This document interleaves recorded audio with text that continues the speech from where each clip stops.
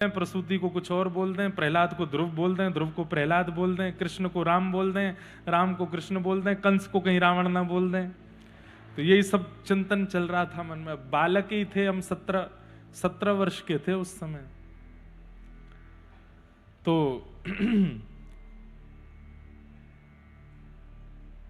व्यासपीठ पर जाने से पहले मैं बहुत भयभीत था कि क्या होगा। तब हमारे पूज्य नाना जी ने हमारे पूज्य पिताजी महाराज को कहा कि आप लाला को श्री वैष्णव दीक्षा प्रदान करो। तब हमारे पूज्य पिताजी ने गोमती मैया के तट पर, गोमती समुद्र संगम के तट पर, कथा शुरू होने से पहली बार मंच पर बैठने से 2 घंटा पहले, तब तो हमारे यहाँ श्री वैष्णवों में तप्त मुद्रा देते हैं, पर शीत मुद्रा देकर के उन्होंने दीक्षा संपन्न की और कहे अब जाओ आप मंच पे कथा कहने के लिए। भयभीत तो मैं था। और पहले दिन की कथा में हमारे रमन रीति वाले पूज्य महाराज जी श्री गुरु शरणानंद जी महाराज पधारे, तो मैं और डर गया।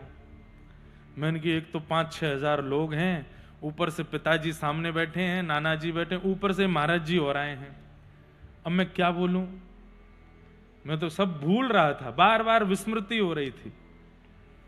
महाराज जी मंच पे आए, तिलक किया, हमको व्यासपीठ पे बैठा, आरती करने के बाद उन्होंने उद्बोधन दिया और उद्बोधन करने के बाद पिताजी से बोले, ठाकुर जी अब हम जाते हैं, लाला थोड़ा निर्भीकता से कथा करेगा, अगर हम बैठेंगे तो थोड़ा डर जाएगा। तो हमारे पिताजी बोले, वो आपको सुनाने के लिए तो बैठा है, बैठो। तो महाराज जी अब मुझसे बोले, हमको सुनाओगे? अब मैं कैसे कहूं कि नहीं। मैं कहूं हाँ महाराज जी। तो फिर हमारा सोफा सामने लगवाओ, हम सामने बैठ के सुनेंगे। मैंने कहा इधर बैठ जाते तो मैं बिना देखे ही कहता। सामने महाराज जी बैठेंगे। पर बालक बुद्धि में एक बात बता रहा हूं केवल आपको। महाराज जी सामने बैठे और मैं पूज्य पिताजी के गुरुदेव का स्मरण कर रहा था, अपने दादा गुरुदेव का, पिताजी के शिक्षा गुरुदेव श्री अनंत विभूषित श्री रामानुज प्रपन्नाचार्य गुरु जी। भैया ऐसी परिस्थिति में ठाकुर जी को याद नहीं, गुरु को याद करो। ठाकुर जी तो ऐसी परिस्थिति में खेलते और हैं, अच्छा घबरा रहा है और इसकी घबराहट बढ़ा दो, उनको तो आनंद आता है, इसलिए गुरुदेव को स्मरण करो। तो हमने हमारे पिताजी के गुरुदेव, शिक्षा गुरुदेव, जिनकी कृपा से आज सब कुछ है, ऐसे अनंत श्री विभूषित श्रीमद् भागवत के सचल विग्रह श्री रामानुज प्रपन्नाचार्य गुरु जी, उनका चित्र मेरी हर कथा में सन्मुख रहता है। मैंने उनका अनुभव नहीं किया, 6 महीने की आयु थी मेरी, तब भगवत धाम प्रस्थान कर गए थे। उनका मैंने स्मरण किया, मैंने हे दादा गुरुदेव भगवान आप कृपा करो, मुझे और कुछ नहीं चाहिए, बस भागवत जी की मर्यादा और जो मैं कहूं उसमें कुछ गड़बड़ ना हो, सीधी सीधी। हमने तो ये तक सोच लिया ये मेरी पहली और आखिरी कथा है, बस ये हो जाए। ये दादा गुरुदेव का चित्र दिखा रहे हैं टीवी पे, ये हनुमान जी के बगल में विराजते हैं। तो मैंने तो ये भी विचार कर लिया कि हे गुरुदेव भगवान ये कथा कैसे भी करवा दो, इसके बाद में कुछ और ही कर लूंगा मैं, कथा तो मुझसे होगी नहीं। इतने लोग बैठते हैं, डर लगता है, चित्त में घबराहट होती है। और गुरु कृपा से ये तो नहीं कहेंगे बहुत अच्छे से बोले, लेकिन हां संभल करके कथा हो गई। और मैं आंख बंद करके बोलता चला गया। थोड़ी देर बोलने के बाद जब आंख खोली तो सामने बैठे हमारे पूज्य रमन रीति वाले महाराज जी भावुक चित्त में बैठे थे और ऐसे नीचे से इशारा कर रहे थे, वाह कितना सुंदर आनंद। लेकिन अब समझने वाली बात, चित्त में अभिमान आ गया। व्यासपीठ पे बैठा था तब तक तो नहीं, पर जैसे ही नीचे उतरा तो जब लोग बाग सब बड़े प्रसन्न हो रहे थे, बधाइयां दे रहे थे, पहली बार कथा, इतनी सुंदर कथा करी इंद्रेश जी ने, ये वो, तो एक सूक्ष्म अभिमान आया। अपने आप के ऊपर ऐसा भाव आया, अब तो हम जीत गए जंग, और देखो मैंने क्या सुंदर करके दिखाया। मन में ये तक भाव आ गया कि पूज्य पिताजी महाराज ने भी अपनी पहली कथा में इतना अच्छा नहीं बोला होगा जितना मैंने बोला। अभिमान आया। लेकिन श्रेष्ठ जन चेहरा पढ़ लेते हैं, तो मैं तो बस फूले नहीं समाऊं, हमारे जो मित्र आदि थे और जो घर के सदस्य सब गले लगावें, मैं सबके गले लगूं, जबकि होना ही चाहिए सबके पैर छीने थे। भाई पहली बार कथा की है, किसी के पैर वैर नहीं, सबको गले लगाऊं। देखा कथा कितनी बढ़िया करी, कितना अच्छा बोला। मैं अपनी आप बीती बता रहा हूं, कहीं आपको ये ना लगे कि बाहर की बात कह रहे। मैं स्वयं का बताता हूं कि मुझ में एक सूक्ष्म अभिमान आया। लेकिन जब कक्ष में गया तो हमारे नाना जी बैठे थे और मैं जाके बोलूं, मैं नाना जी कैसी रही कथा, देखा कितना अच्छा मैंने बोला, उस श्लोक का कितना अच्छा भाव बताया, कितना अच्छा।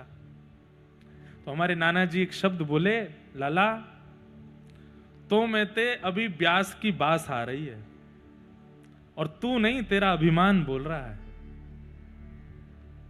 क्या लगता है, सुबह का अपना रूप देखा था, रोया रोया घूम रहा था इधर उधर की मैं कैसे कहूंगा कैसे कहूंगा कैसे, और अब तुम फूले नहीं समा रहे हो। वास्तव में ये तू नहीं बोल रहा है। मैंने कहा कौन बोल रहे हैं फिर?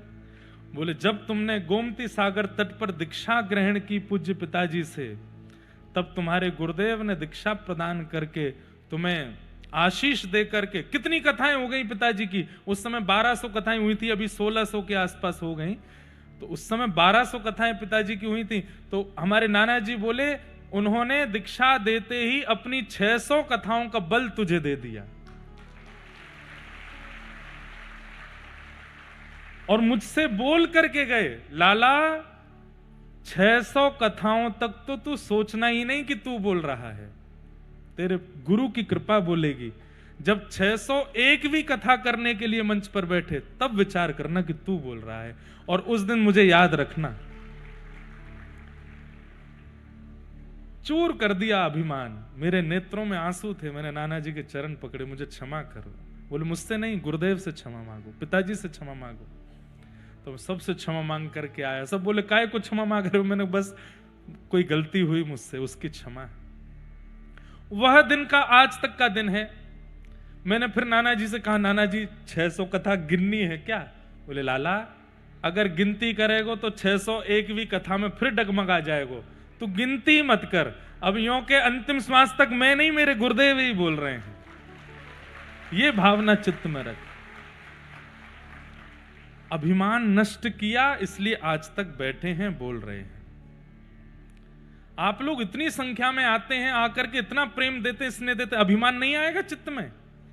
किसी भी व्यक्ति के चित्त में आ जाएगा। पर जब आप लोग जय जय कहते हैं या प्रणाम करते हैं, माला देते हैं या बहुत उत्साह में चिल्ला करके कुछ कहते हैं, चित्र बना करके लाते हैं, उसी समय मन को शांत करते कहते हैं ये मेरा अधिकार नहीं है, ये मेरे गुरुदेव की कृपा है, मैं इस योग्य तो नहीं हूं। अभिमान को हर क्षण नष्ट किया जाता है। तो अभिमान हर व्यक्ति को पता होता है कि आ गया है।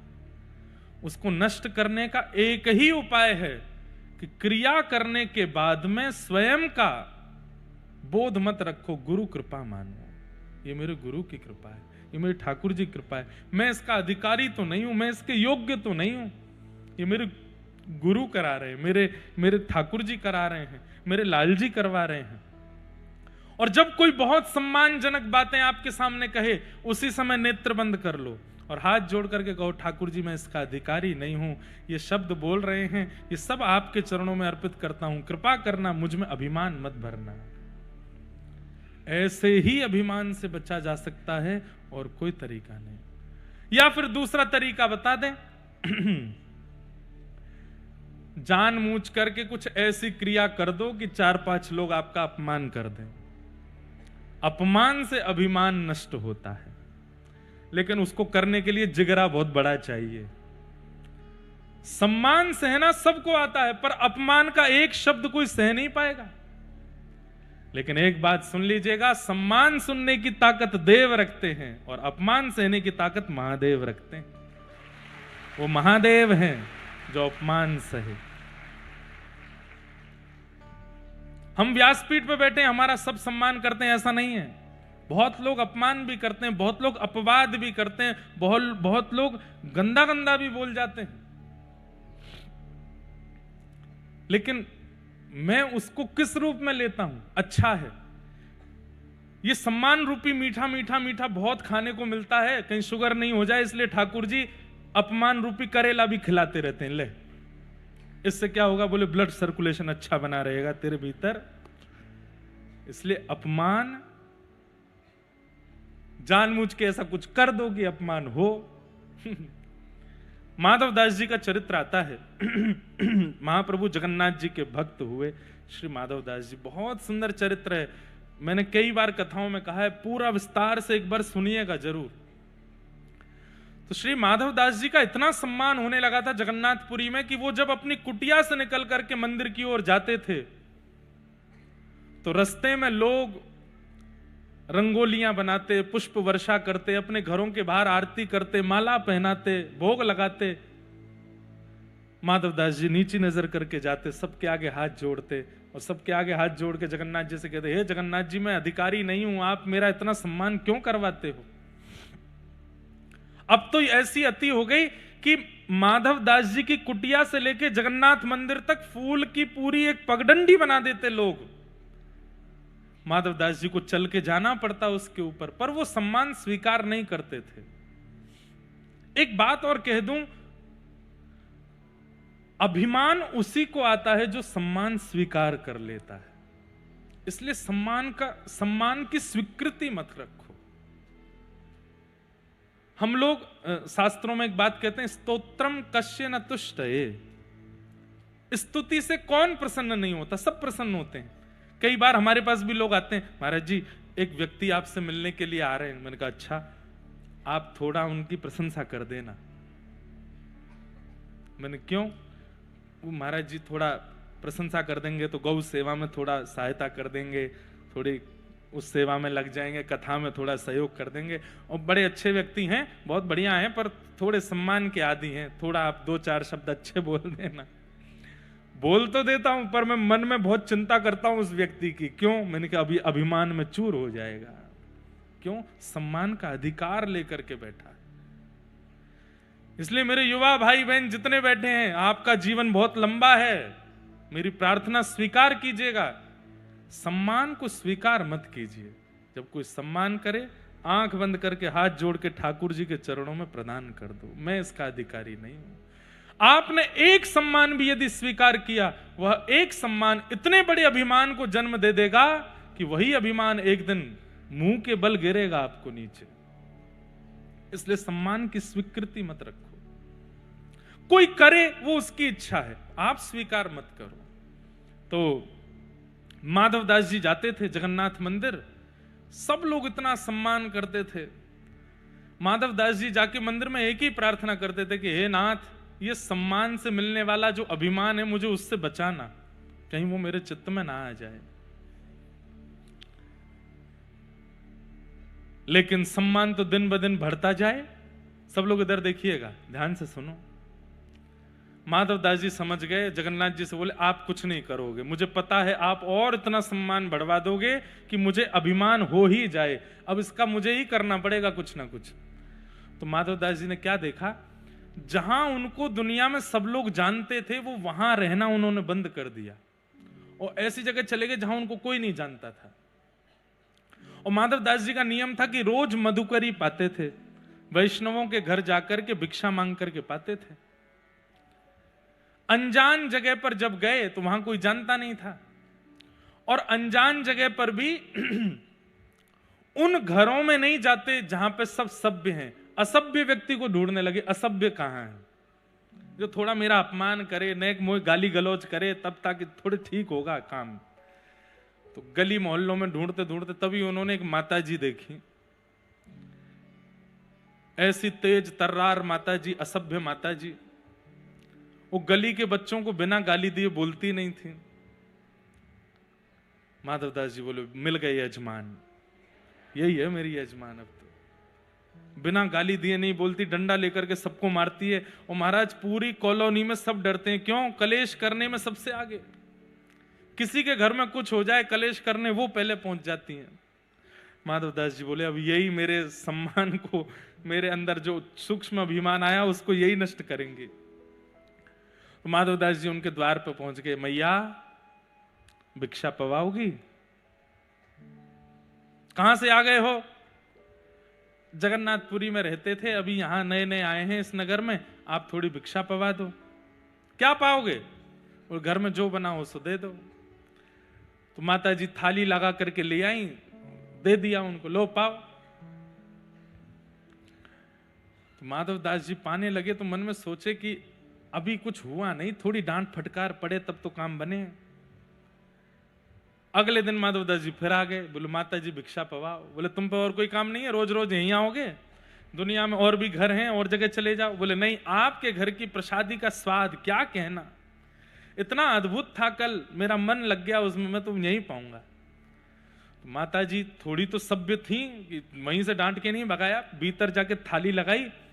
मन में सोचने लगी इसको अच्छा अच्छा पवाऊंगी तो कल फिर आ जाएगा। एक सब्जी में नमक ज्यादा डाल दिया, दूसरी सब्जी में थोड़ा नींबू निचोड़ दिया, तीसरे साग में लाल मिर्च झोंक दी खूब भर के। बोले जब इसके मुंह में लगेगी आग, कल से नहीं आएगा।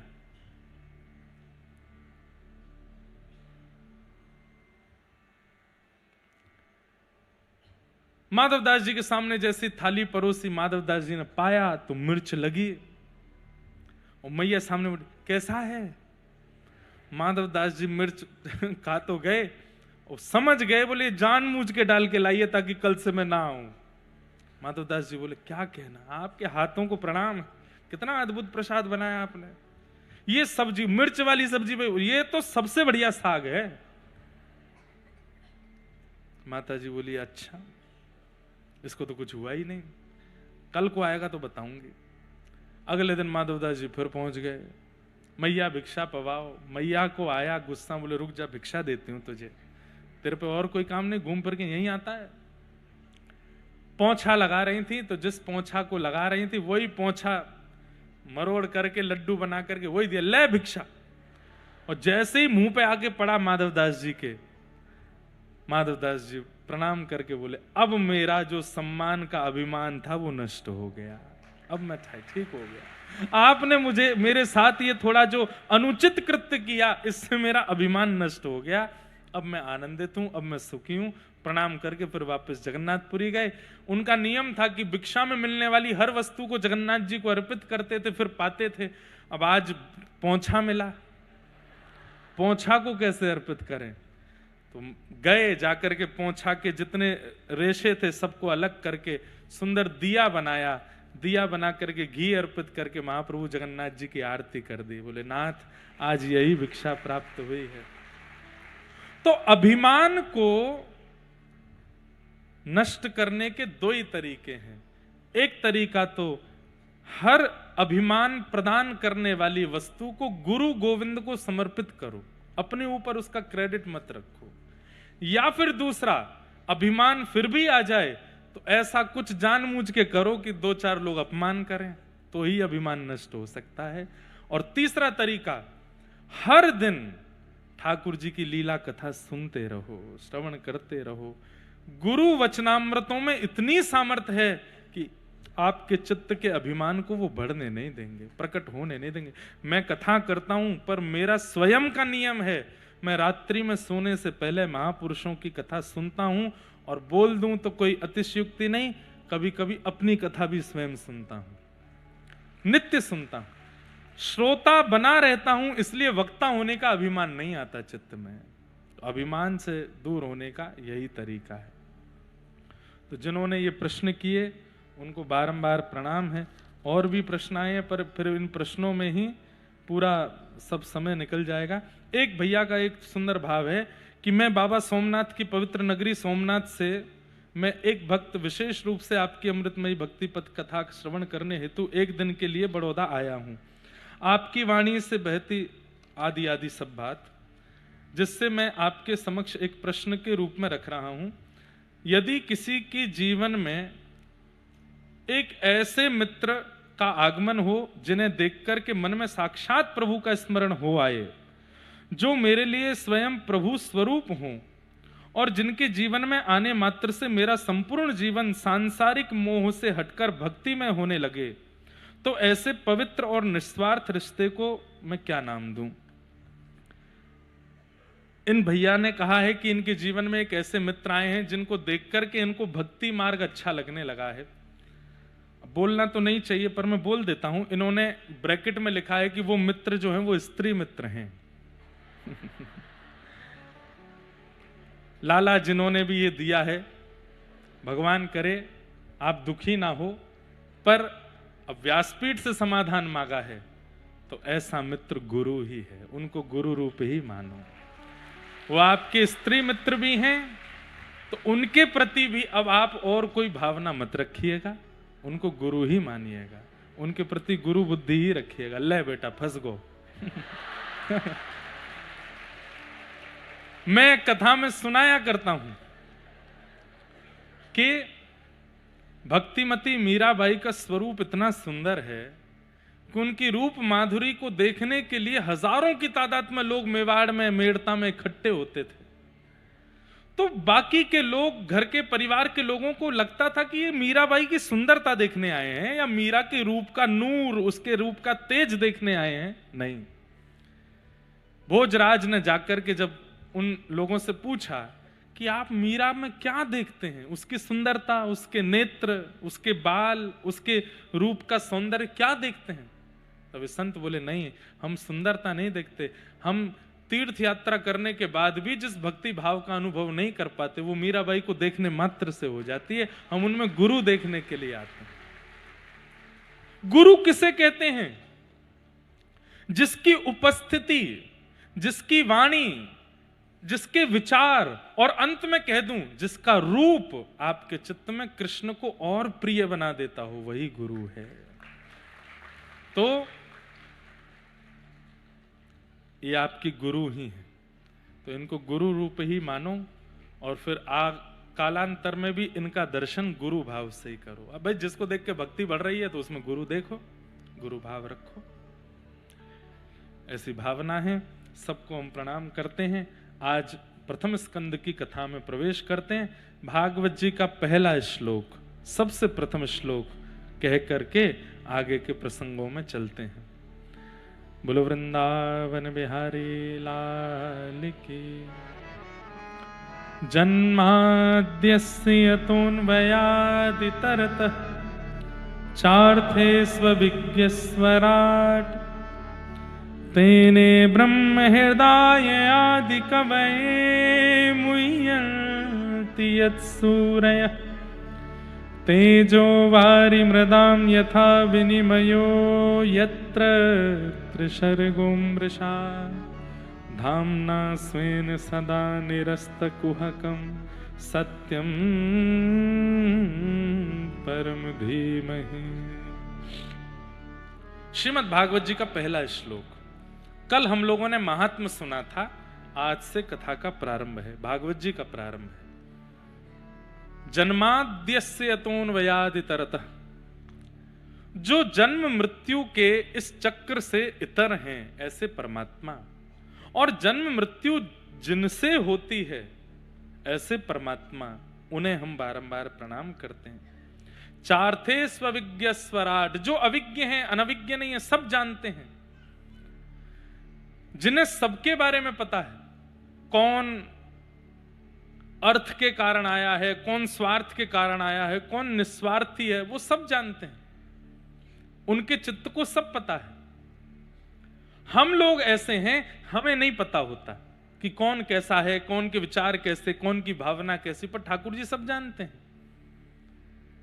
ठाकुर जी कभी धोखे में नहीं रहे कि कोई रूप बदल करके आया और ठाकुर जी को छल करके चला गया, नहीं, हमारे साथ ऐसा होता है। लेकिन एक बात मैं आपको कह दूं, जब व्यक्ति भक्ति मार्ग चुनता है तो धीरे धीरे ये लक्षण उस भक्त में भी आने लगता है कि उसके सामने भी जो व्यक्ति आता है वो तुरंत पहचान जाता है कि नकली है कि असली है। कई बार ऐसा होता है कि पूरी दुनिया जिसको नकली मानती है वो किसी भक्त के सामने आ जाता है तो भक्त उसको देख करके भी पहचान जाता है कि नहीं नहीं नहीं, ये सब लोग भ्रांति में हैं, वास्तविकता में इसकी असलियत कुछ और है। ऐसा होता है। तो कथा सुनने से, नाम जप करने से, गुरु कृपा का अवलोकन करने से कई बार आपका निर्माण ऐसा होता है कि सही गलत की पहचान आपको भी होने लग जाती है और इसी को विवेक कहते हैं। आपको उसका बोध हो जाता है। और या फिर ऐसा कहो कि अगर कोई छलयुक्त व्यक्ति भक्ति युक्त व्यक्ति के पास आ भी जाता है और भक्ति युक्त व्यक्ति उसको न भी पहचान पाए, तो ठाकुर जी उस छलयुक्त व्यक्ति को ही भक्ति युक्त बना देते हैं, ताकि वो भक्ति युक्त व्यक्ति के साथ कुछ छल कर ना पावे। भक्ति का बंधुओं बहुत सुंदर प्रभाव जीवन में होता है। मान लीजिए आपने अपने जीवन में किसी को स्वीकार किया और वो व्यक्ति स्वीकार करने लायक था नहीं, लेकिन आपने कर लिया, अब आप हो भक्त, तो ठाकुर जी फिर पूरी योजना बनाते हैं कि उस व्यक्ति को भी भक्त ही बना देंगे, उस व्यक्ति के चित्त को भी शुद्ध ही कर देंगे, ताकि वो आपके योग्य हो जाए, अनुकूल हो जाए। सतयुग त्रेता द्वापर में ठाकुर जी का सुदर्शन चक्र चलता था।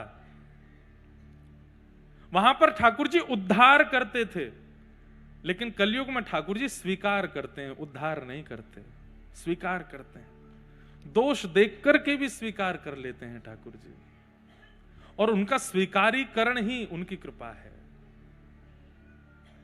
कितनों को स्वीकार किया, आज मैं हूं, आप हैं, हम सब हैं, हम सबको स्वीकार ही तो कर रहे हैं वो। और उनके स्वीकार का पात्र हम बन जाएं, ये कथा हमें सिखाती है कि हम उस पात्र बन जाएं कि ठाकुर जी हमें स्वीकार करें। तो चार थे स्वविज्ञ स्वराट, तेने ब्रह्म हृदय आदि कवये मुह्यन्ति यत्सूरयः। बड़े बड़े देवताओं को भी जो अपनी लीला पर मोहित कर लेते हैं। तेजो वारी मृदाम यथा विनिमयो यत्र तृषगो मृषा। पृथ्वी अग्नि जल वायु आकाश पंच तत्व जिनके अधीन रहता है। धामना स्वेन सदा निरस्त कुहकम सत्यम परम धीमहि। ऐसे परम सत्य भगवान को और उनके पावन नाम को हम प्रणाम करते हैं। ठाकुर जी के पावन नाम को हम वंदन करते हैं। परम सत्य है भगवान का नाम। बंधुओं, नरसिंह मेहता जी अपने पूर्व जन्म में मुचकुंद नाम के एक भक्त थे। मुचकुंद जी ने देवताओं की सहायता की और सहायता करने के बाद अनेक वर्षों तक बिना सोए युद्ध करते रहे। जब देवताओं का युद्ध जीत गए तो मुचकुंद जी से देवताओं ने कहा कुछ वरदान मांगो।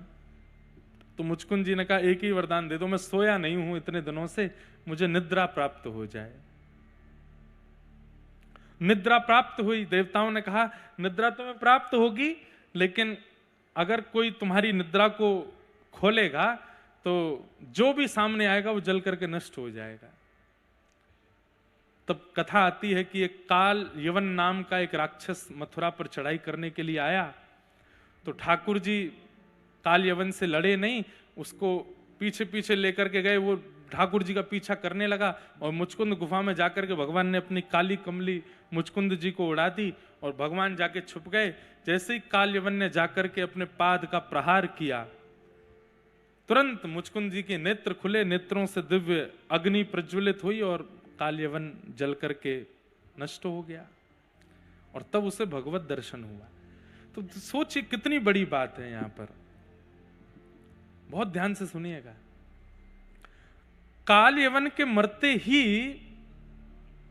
अग्नि शांत होते ही वो क्या देखता है कि उसके पीछे एक नील कांति दिख रही है और ठाकुर जी का मधुर स्वरूप दिख रहा है। धीरे धीरे ठाकुर जी गुफा से बाहर आए तो मधुर स्वरूप ठाकुर जी का, कृष्ण ठाकुर जी सामने खड़े हैं। देख करके मुचकुंद के नेत्र सजल हो गए, नेत्रों से अश्रु प्रवाह होने लगा। दंडवत प्रणाम किया। ठाकुर जी ने वरदहस्त फेरा, हम तुमसे बहुत प्रसन्न हैं। तब मुचकुंद जी, अब एक बात सुनिएगा, ये मुचकुंद जी ही नरसिंह मेहता बनकर के आए। मुचकुंद जी कहने लगे, नाथ मैंने ऐसा क्या किया कि मुझे आपके दर्शन हो गए? मैंने कुछ भी तो नहीं किया। देवताओं की सहायता की तो उसके बदले मैंने मांग तो लिया था कि मुझे निद्रा चाहिए, तो निद्रा से वो देवताओं को की गई सहायता उसकी पूर्णति हो गई। मैंने ऐसा क्या किया जिससे आपके मुझे दर्शन हो गए? ठाकुर जी बोले, तुम्हारी इच्छा नहीं, मैं अपनी इच्छा से तुम्हारे पास आया हूं।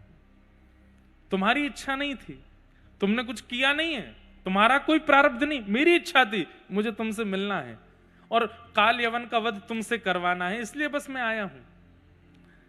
तो मुचकुंद जी बोलने लगे, नाथ ये बात मेरे अंदर मुझे सहन नहीं हो रही है। मैं और आप होते तो हम तो खुश हो जाते, बढ़िया है, कुछ मेहनत भी नहीं करनी पड़ी, सब है हो गया, भजन भी नहीं करने पड़े, ठाकुर जी का दर्शन भी हो गया।